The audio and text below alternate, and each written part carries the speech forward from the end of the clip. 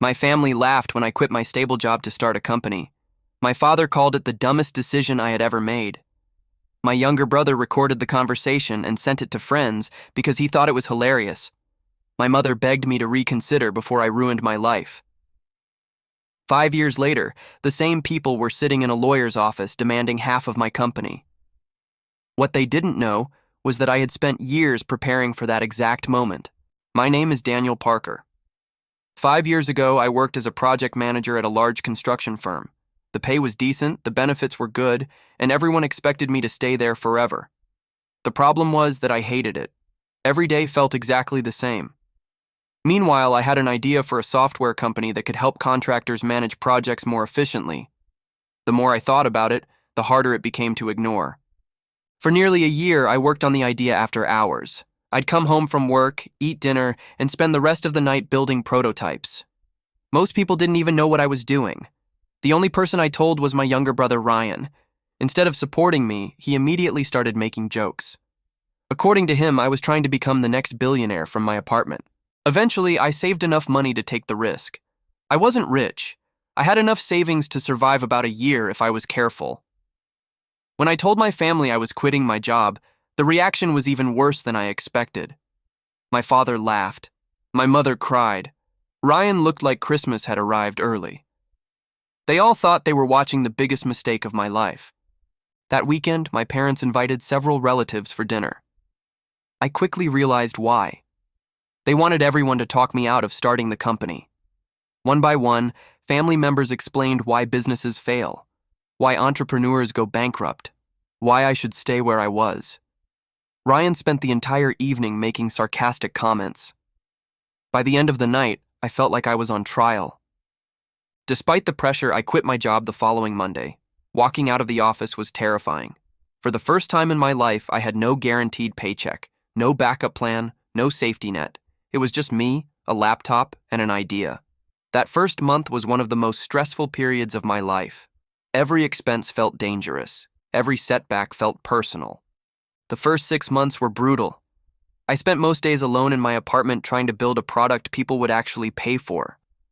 My savings account shrank faster than expected. Several potential clients rejected me. One investor laughed during a meeting and told me I was solving a problem nobody cared about. Some nights I genuinely wondered if my family had been right.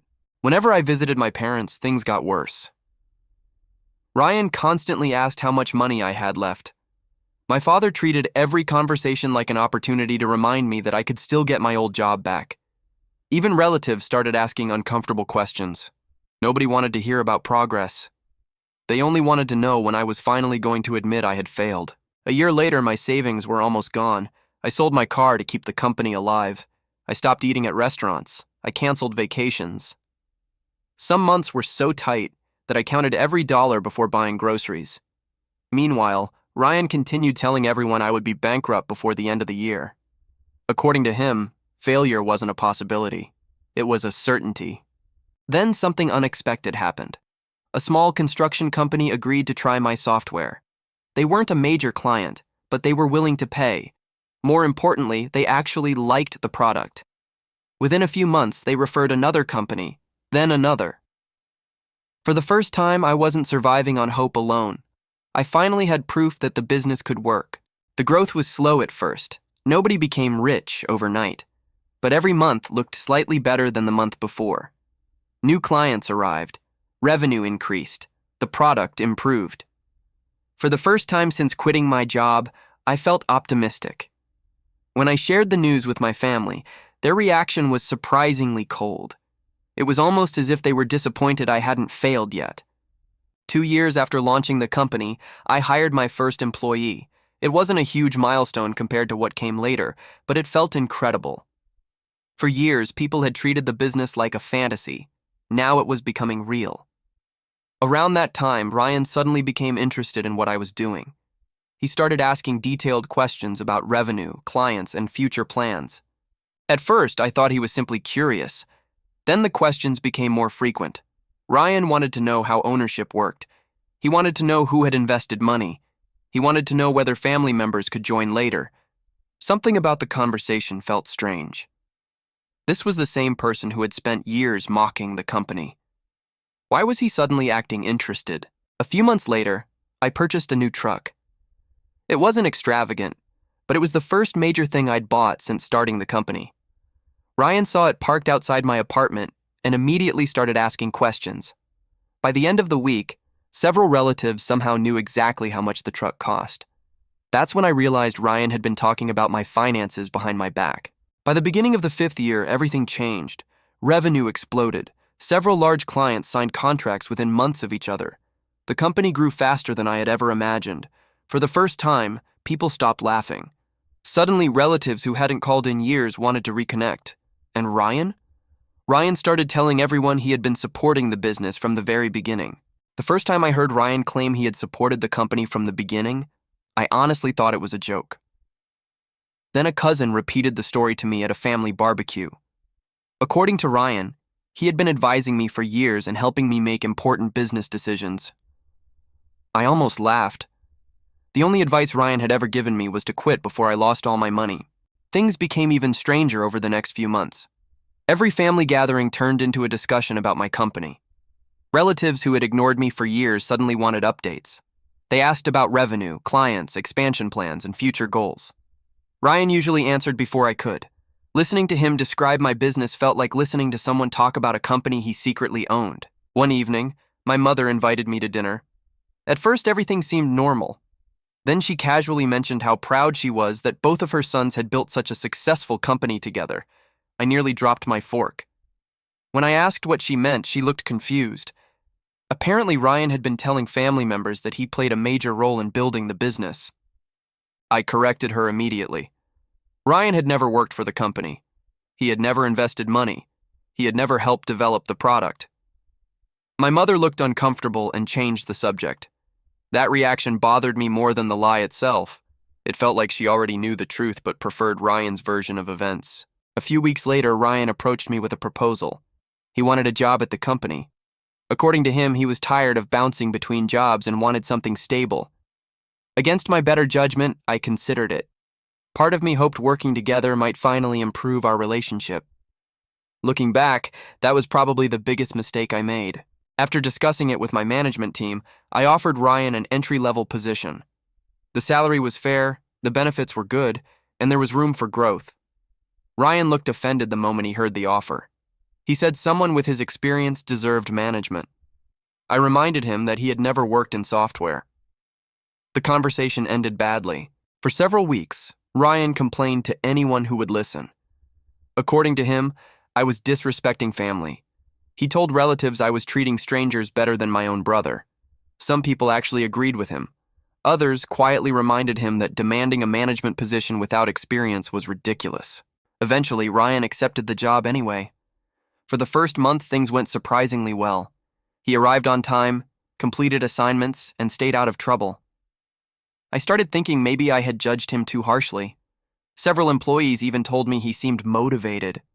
Unfortunately, that version of Ryan didn't last long. The problem started when new employees joined the company. Ryan began introducing himself differently. Instead of saying he worked there, he started implying he had helped build the business. At first, the comments were subtle. Then they became more direct. One employee eventually asked whether Ryan was one of the founders. That's when alarm bells started going off in my head. I confronted Ryan privately and told him to stop exaggerating his role. He immediately became defensive. According to him, family support counted as contribution. He argued that believing in someone during difficult times was just as important as investing money. The problem was obvious. Ryan hadn't believed in me. For years, he had done the exact opposite. Instead of backing down, Ryan doubled down. Over the following months, I heard multiple versions of the same story. Sometimes he claimed he helped shape the original idea. Other times, he claimed he provided emotional support during difficult years. Each version became slightly more exaggerated than the last. The truth was slowly being replaced by a fictional history. Then one of my managers requested a meeting. During the conversation, he explained that Ryan had been presenting himself to clients as part of the executive team. At first, I didn't believe it. Then he showed me emails. My stomach dropped. Ryan wasn't just lying to relatives anymore. He was lying to customers. The emails were unbelievable. Ryan described himself as someone involved in the company's early development. He hinted that he had influence over major decisions. In one message, he even referred to the business as our company. Reading those words made me furious. Years of sacrifice were being rewritten by someone who had mocked the entire journey. I called Ryan into my office the next morning. This time, there was no misunderstanding. I showed him the emails and asked for an explanation. Instead of apologizing, he accused me of overreacting. According to him, everyone already knew we were brothers, so the distinction didn't matter. That answer told me everything I needed to know. At the end of that meeting, I gave Ryan a formal warning. I made it clear that any future misrepresentation would result in termination. He nodded and agreed. For a brief moment, I thought the problem was solved. I couldn't have been more wrong. What Ryan did next would threaten everything I had spent 5 years building. A few weeks later, one of our biggest clients requested an urgent meeting. They sounded concerned but refused to explain why over the phone. When I arrived, they showed me several messages from Ryan. My heart sank immediately. Ryan had been privately discussing future company plans that he had no authority to discuss. Worse, he had implied that he would soon have a larger ownership role. The client wanted clarification. They believed Ryan was part of the leadership team because that was exactly how he had presented himself. I spent nearly an hour repairing the damage. Fortunately, they trusted me enough to continue the relationship. But the situation could have ended very differently. For the first time, Ryan's lies weren't just embarrassing. They were becoming a real business risk. That evening, I reviewed months of company communications. The deeper I looked, the worse things became. Ryan wasn't telling one lie. He was telling dozens. Different clients had heard different stories. Employees had heard different stories. Even vendors had been given misleading information. Somehow Ryan had built an entire fictional version of his role inside the company. The next morning, I fired him. The conversation lasted less than 10 minutes. Ryan acted shocked even though he had been warned repeatedly. He accused me of betraying family. He claimed I was jealous of his popularity. Then he stormed out of the building while several employees watched. It was one of the most uncomfortable moments of my career. I hoped that would be the end of it. Instead, things got worse almost immediately. Within days, my mother called demanding an explanation. Then my father called. Then several relatives. Ryan had already started telling everyone that I fired him because I couldn't handle sharing success. According to his version of events, he had helped build the company, and I removed him out of greed. For years, those lies might have worked. But this time, something was different. My company now had dozens of employees, hundreds of clients, thousands of emails. Ryan wasn't arguing against my word alone anymore. He was arguing against reality. The problem was that he didn't seem to understand that. A month later, I received a letter from an attorney. At first, I assumed it was routine business paperwork. Then I saw Ryan's name. My stomach immediately tightened. The letter claimed that Ryan had played a critical role in the creation of the company and was entitled to a percentage of ownership. I read the document 3 times because I couldn't believe what I was seeing. Ryan wasn't asking for a bonus. He wasn't asking for compensation. He was claiming ownership. According to the letter, he had contributed ideas, guidance, and strategic support during the company's early years. Therefore, he deserved a significant share of the business. The demand was outrageous. The problem was that defending against it would still cost time and money. When news reached my parents, they immediately sided with Ryan. My mother argued that family members contribute in different ways.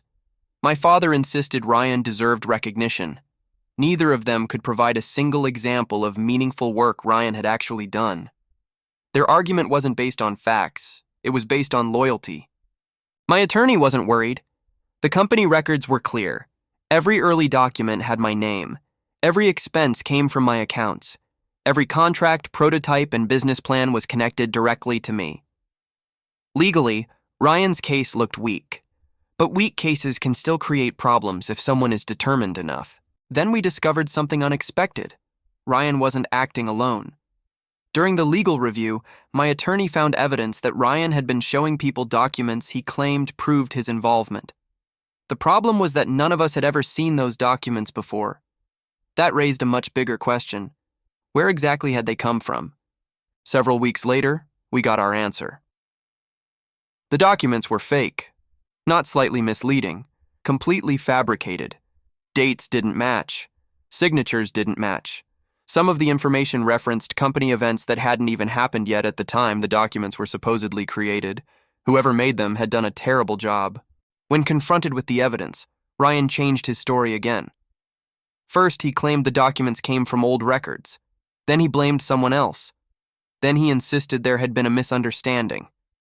The explanation changed so many times that even some relatives started questioning him. For the first time, cracks were appearing in the support system that had protected him his entire life. The legal battle continued for months. Every week seemed to bring a new accusation. Ryan claimed he had introduced important clients. The clients denied it. Ryan claimed he helped design the original product. The development records proved otherwise. Ryan claimed he attended key meetings. Security logs showed he wasn't even present. Eventually, the case reached a breaking point. During a deposition, Ryan was forced to answer questions under oath. Unlike family dinners or social media posts, lying carried serious consequences. As the questioning continued, his story began falling apart piece by piece. By the end of the day, even his own attorney looked frustrated. The final blow came when Ryan was asked to identify the exact contribution that supposedly earned him ownership. The room became silent. For nearly a minute, he struggled to answer. Eventually, he started talking about emotional support and family encouragement. Even the court reporter looked confused. Ownership isn't granted because someone believes in you. The problem for Ryan was that he hadn't even done that. My attorney then presented years of text messages, hundreds of them. Message after message showed Ryan mocking the company, predicting its failure, and encouraging me to quit. Some messages were so embarrassing that Ryan refused to look at the screen. Every piece of evidence destroyed another part of his story. Then came the recording that changed everything.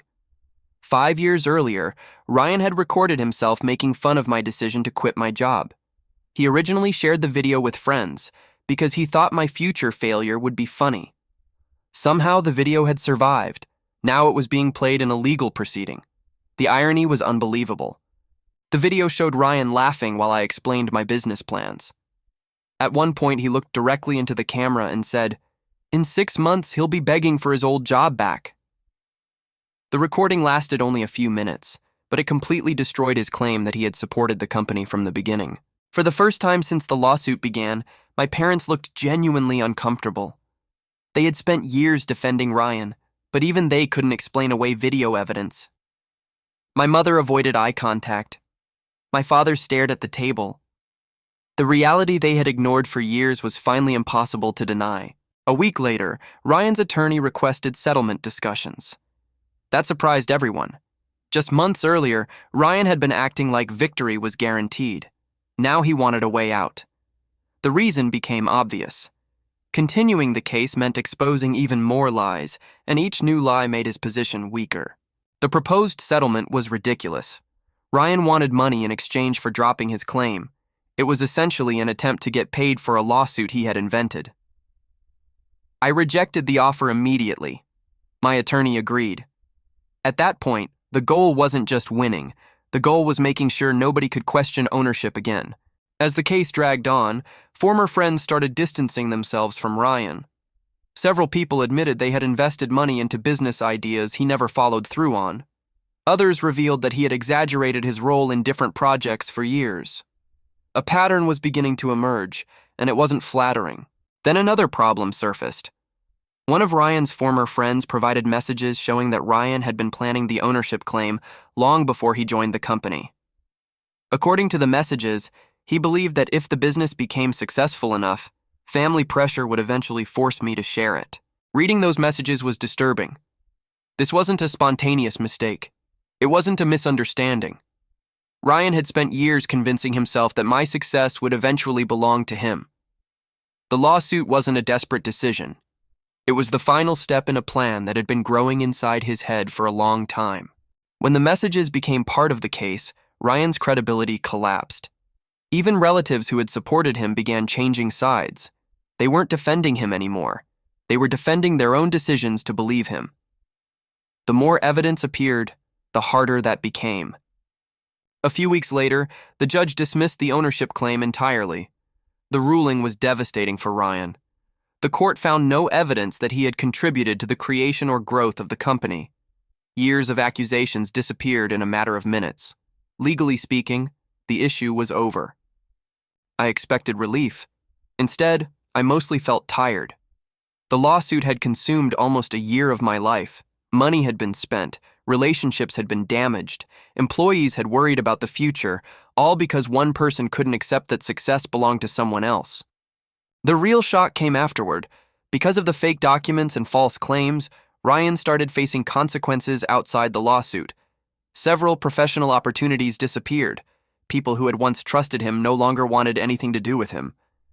Reputation takes years to build and minutes to destroy. My father called a few months later and asked to meet.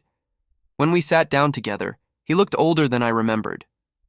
After a long silence, he admitted something he should have said years earlier. He told me that Grandpa had once warned him about protecting Ryan from consequences. Unfortunately, nobody listened. According to my father, the warning came years before Grandpa died. Grandpa believed Ryan was becoming dependent on excuses instead of effort. Every time something went wrong, someone stepped in to save him. Every mistake was blamed on bad luck. Every failure was somebody else's fault. My father admitted they thought they were helping. Looking back, they had only made the problem worse. For the first time in my life, my father apologized. Not for one specific event, for years of favoritism. Years of expecting me to solve my own problems while Ryan was protected from his. The apology didn't erase the past, but hearing it still felt strange. I had spent so long waiting for accountability that I wasn't sure how to react when it finally arrived. My relationship with my parents improved slowly after that. Trust wasn't rebuilt overnight. Too much had happened. Too many boundaries had been crossed. But at least conversations became honest. For the first time, nobody expected me to sacrifice my future just because Ryan wanted something I had earned. Ryan reacted very differently. Instead of accepting the court's decision, he blamed everyone around him. The judge was unfair. His attorney was incompetent. I was selfish. The evidence was misleading. Nothing was ever his fault. Watching him repeat the same cycle was frustrating because the lesson seemed so obvious to everyone except him. Over the following year, the company continued growing. We opened a second office. We hired more employees.